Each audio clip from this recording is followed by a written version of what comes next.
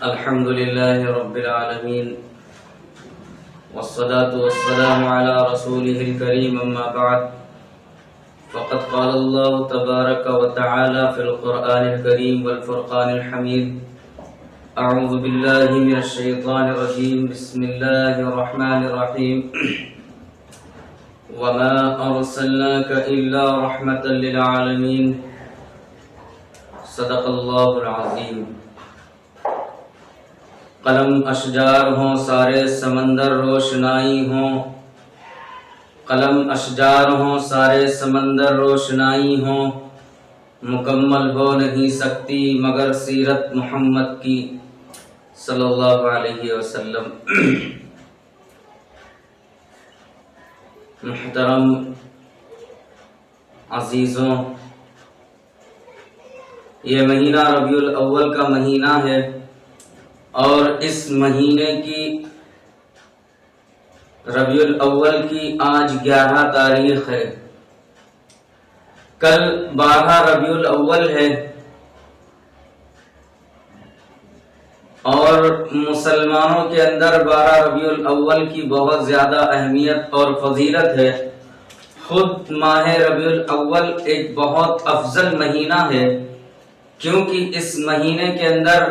جناب محمد رسول اللہ صلی اللہ علیہ وسلم اس دنیا کے اندر تشریف لائے تھے اور اسی مہینے کے اندر نبی پاک صلی اللہ علیہ وسلم اس دنیا جہاں کو چھوڑ کر کے اللہ رب العالمین کے پاس میں رحلت فرما گئے. اب بعض مسلمانوں نے یہ طریقہ رائج کر لیا ہے کہ 12 ربیع الاول کی تاریخ کو آپ صلی اللہ علیہ وسلم کی پیدائش مبارکہ پر محمول کرتے ہیں اور آپ صلی اللہ علیہ وسلم کی پیدائش کو 12 ربیع الاول کے ساتھ میں متعین کر دیا ہے کہ جس وجہ سے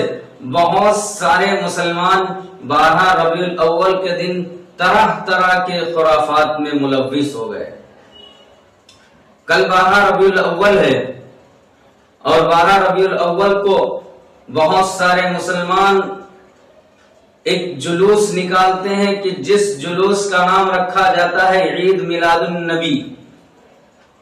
آپ صلی اللہ علیہ وسلم کی پیدائش پہ آپ صلی اللہ علیہ وسلم کی پیدائش کی خوشی میں یہ لوگ عید مناتے ہیں. لیکن میں ان کو ایک پیغام دینا چاہتا ہوں اور ان کو بتلانا چاہتا ہوں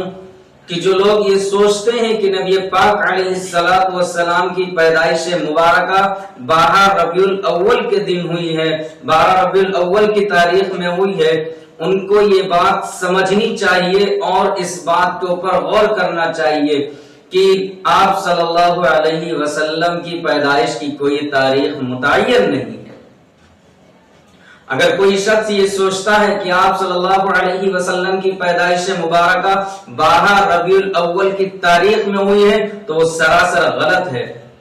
کیونکہ آپ صلی اللہ علیہ وسلم کی پیدائش کی کوئی تاریخ متعین نہیں ہے. 4 قول آپ صلی اللہ علیہ وسلم کی پیدائش کے سلسلے میں ہیں. پہلا قول یہ ہے کہ آپ صلی اللہ علیہ وسلم کی پیدائش مبارکہ 8 ربیع الاول کو ہوئی، اور دوسرا قول یہ ہے کہ آپ صلی اللہ علیہ وسلم کی پیدائش مبارکہ 9 ربیع الاول کو ہوئی. تیسرا قول یہ ہے کہ آپ صلی اللہ علیہ وسلم کی پیدائش مبارکہ 12 ربیع الاول کو ہوئی، اور چوتھا قول یہ ہے کہ آپ صلی اللہ علیہ وسلم کی پیدائش مبارکہ 14 ربیع الاول کو ہوئی.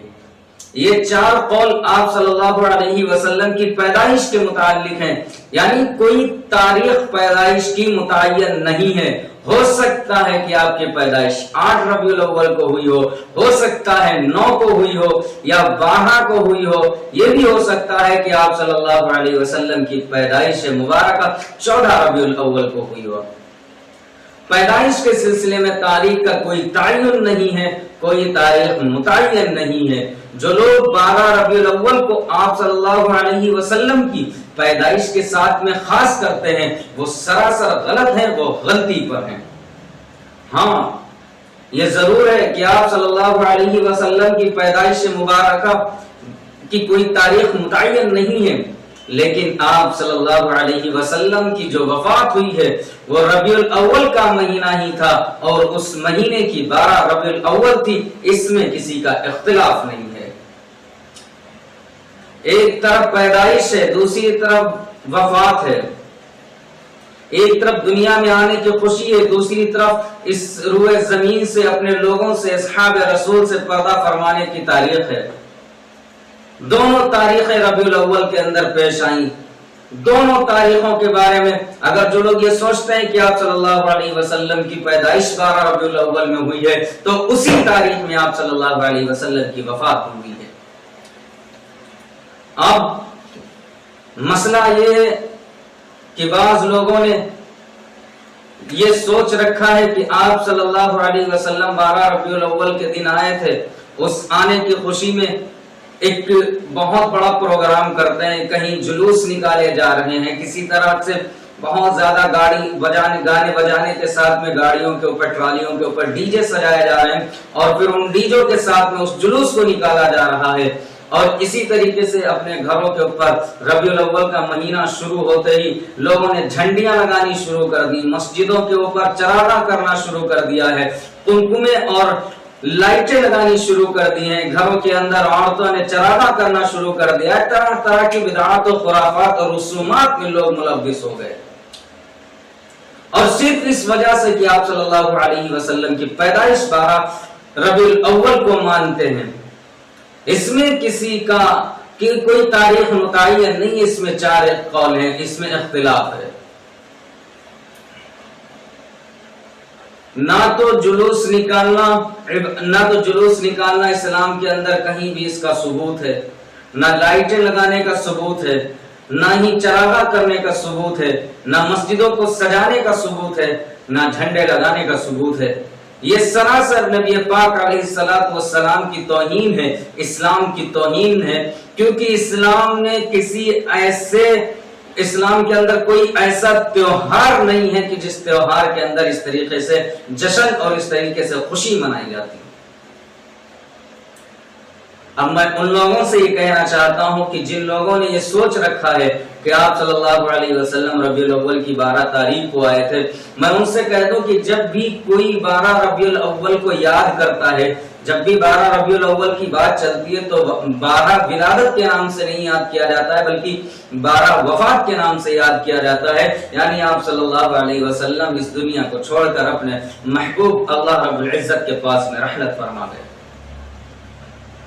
اگر آپ صلی اللہ علیہ وسلم سے محبت کا تقاضا ہے، آپ صلی اللہ علیہ وسلم سے محبت کا اظہار ہے، تو اس کا طریقہ یہ نہیں ہے کہ گاڑیوں کے اوپر جا کر کے ڈی جے بجا کر کے اور نعتیں بجا کر کے، وہ نعتیں کہ جس کے اندر میوزک سیٹ ہے اور جھنڈے لہرا کر کے اور گاڑیوں کو تیز رفتار میں لے جا کر کے، گھوڑے لے جا کر کے، اس طریقے سے آپ صلی اللہ علیہ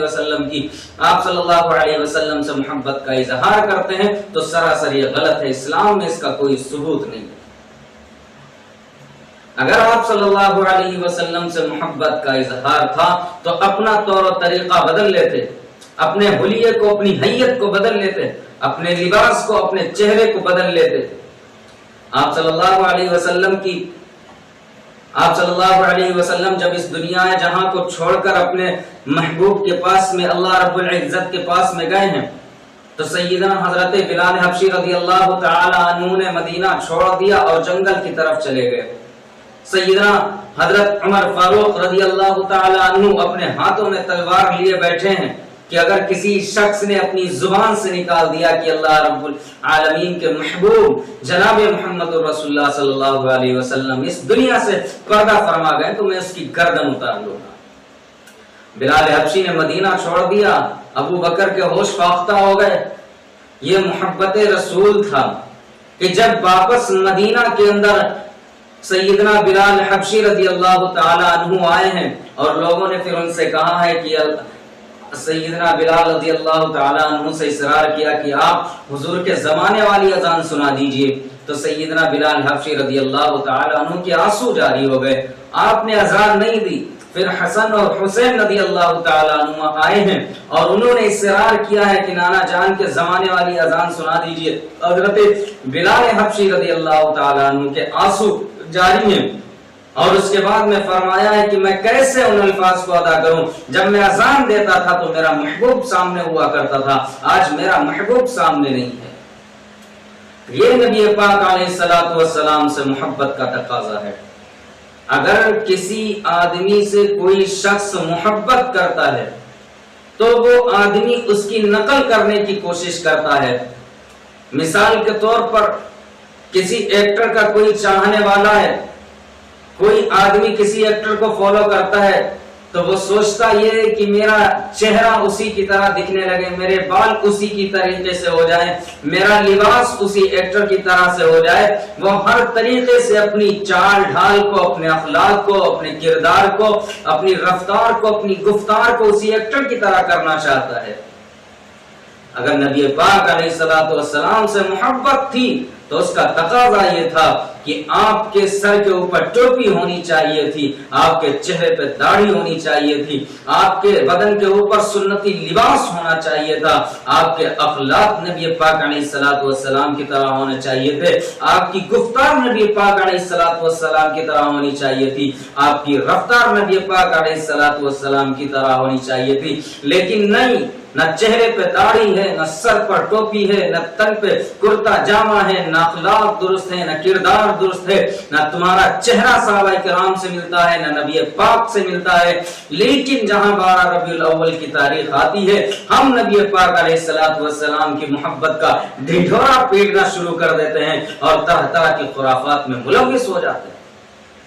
کہیں سے اس کا ثبوت نہیں ملتا. نہ نبی پاک علیہ الصلوۃ والسلام نے اپنی ساری زندگی، چلیے آپ صلی اللہ علیہ وسلم کو نبوت 40 سال میں ملی، 40 سال کے بعد کی جو زندگی مدینہ منورہ کے اندر گزری، اگر آپ صلی اللہ علیہ وسلم کی پیدائش کے دن جشن منانا صحیح ہوتا تو آپ صلی اللہ علیہ وسلم کہیں نہ کہیں صحابہ کرام سے کہتے جاؤ مدینہ کی گلیوں کے اندر جاؤ اور دھوم مچاؤ اور لائٹیں لگاؤ، قمقمے لگاؤ، مسجد نبوی کو سجاؤ، جاؤ اپنے گھر کے اندر جھنڈے لگاؤ اور اپنے گھر پہ لائٹیں لگاؤ. لیکن نہیں، اس کا ثبوت کسی حدیث سے نہیں ملتا، کسی حدیث کی کتاب سے نہیں ملتا.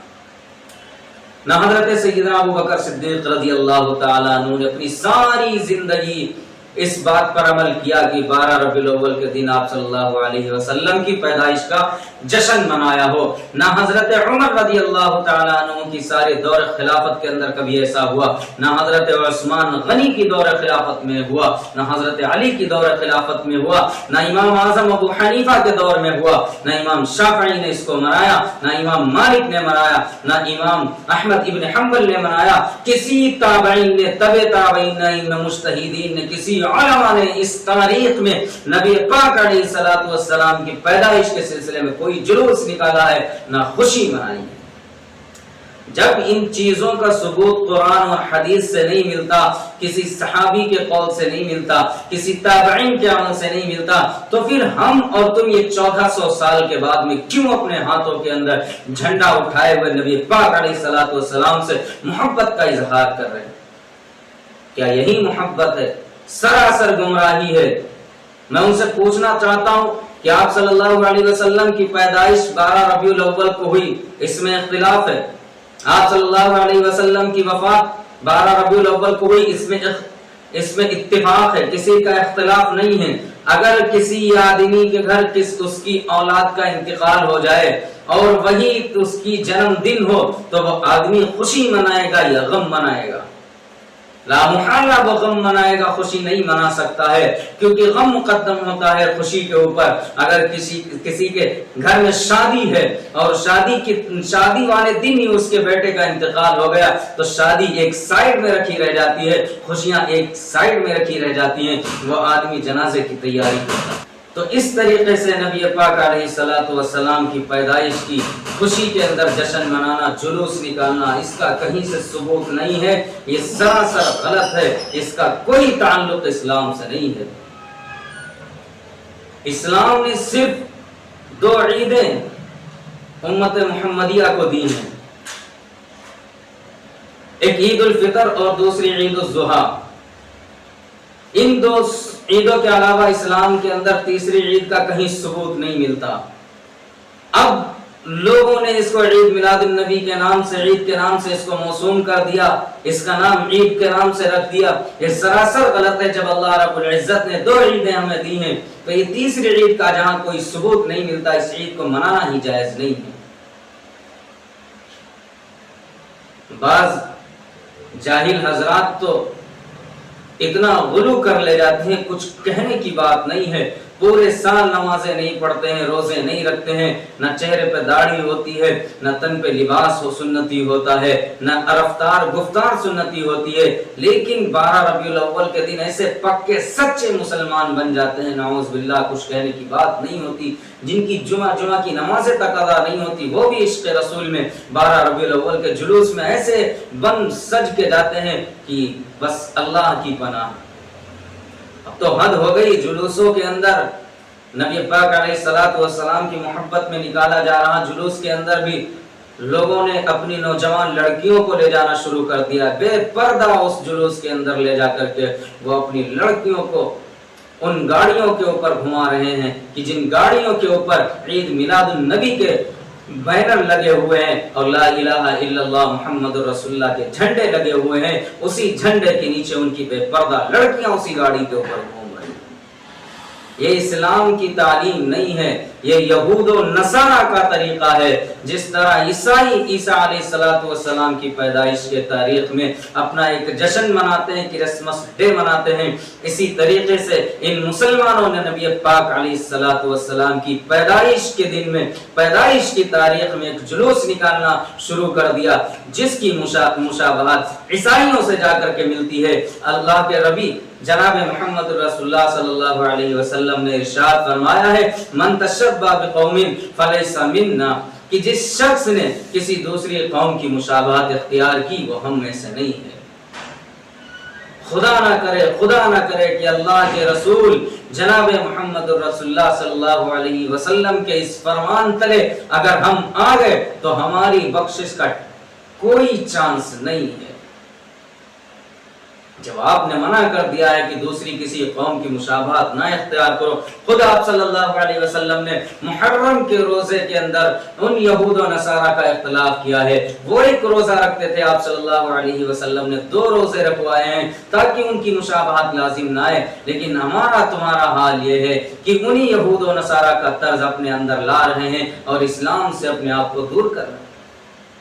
یہ سراسر غلط ہے۔ نہ جھنڈیاں لگانے کا ثبوت ہے، نہ قمقمے لگانے کا ثبوت ہے، نہ چراغا کرنے کا ثبوت ہے، نہ ہی اس طریقے سے جلوس نکالنے کا ثبوت ہے کہ جس اسلام کے اندر گانے بجانے کو منع کیا گیا ہو، ڈی جے بجانے کو منع کیا گیا ہو، میوزک سننے کو منع کیا گیا ہو، اسی اسلام کے ماننے والے اس نبی کی پیدائش مبارکہ کی تاریخ میں، اس نبی کی پیدائش مبارکہ کے وقت میں، اس نبی کی پیدائش مبارکہ کی خوشی کے اندر ڈی جے بجا رہے ہوں، میوزک بجا رہے ہوں اور اس کے بعد میں گاڑیوں سے لے جا کر کے روڈ کے اوپر ان کو گھما رہے ہوں، نعوذ باللہ، اللہ کی پناہ، یہ کہیں سے اسلام نہیں ہو سکتا ہے۔ سراسر غلط ہے، سراسر غلط ہے۔ آپ علماء کرام سے معلوم کریے۔ پہلی بات تو یہ کہ جب آپ صلی اللہ علیہ وسلم کی پیدائش مبارکہ کی تاریخ متعین نہیں ہے تو پھر کیوں ہم اس بات کو 12 ربیع الاول کے ساتھ میں متعین کرتے ہیں؟ کیا نبی پاک علیہ السلام سے زیادہ، کیا صحابہ کرام رضوان اللہ تعالی علیہم اجمعین سے زیادہ، کیا تابعین تبع تابعین سے زیادہ ہم محبت کرنے والے ہو گئے؟ کیا ان لوگوں سے زیادہ ہم کو معلومات ہو گئی؟ کیا ابو بکر کو نہیں معلوم تھا، عمر کو نہیں معلوم تھا، حضرت علی کو نہیں معلوم تھا، عثمان کو نہیں معلوم تھا؟ کیا صحابہ کرام کو نہیں معلوم تھا کہ اللہ کے رسول صلی اللہ علیہ وسلم سے محبت کا اظہار کیسے کرتے ہیں؟ اس طریقے سے نہیں کرتے ہیں۔ صحابہ کرام نے اپنی محبت کو ثابت کرنے کے لیے عورتوں کو، بیوہ بچوں کو یتیم کر دیا اور میدان جنگ کے اندر اپنی نئی نویلی دلہن کو چھوڑ کر کے جا کر کے کود گئے اور اپنی جانوں کا نذرانہ پیش کیا ہے، اپنے بچوں کو ظالموں کو تیر کے سامنے کر دیا ہے تاکہ میرا دین بچا رہے، میرا نبی بچا رہے، میرا اسلام بچا رہے۔ آج ہم نے اس اسلام کا اس طریقے سے جنازہ اٹھایا ہے کہ نام اسلام کا ہے، محبت رسول کی ہے اور اظہار کرنا چاہتے ہیں، اور جنازہ کندھوں کے اوپر اسلام کا اٹھا کر کے ہم گلی کوچوں میں گھوم رہے ہیں۔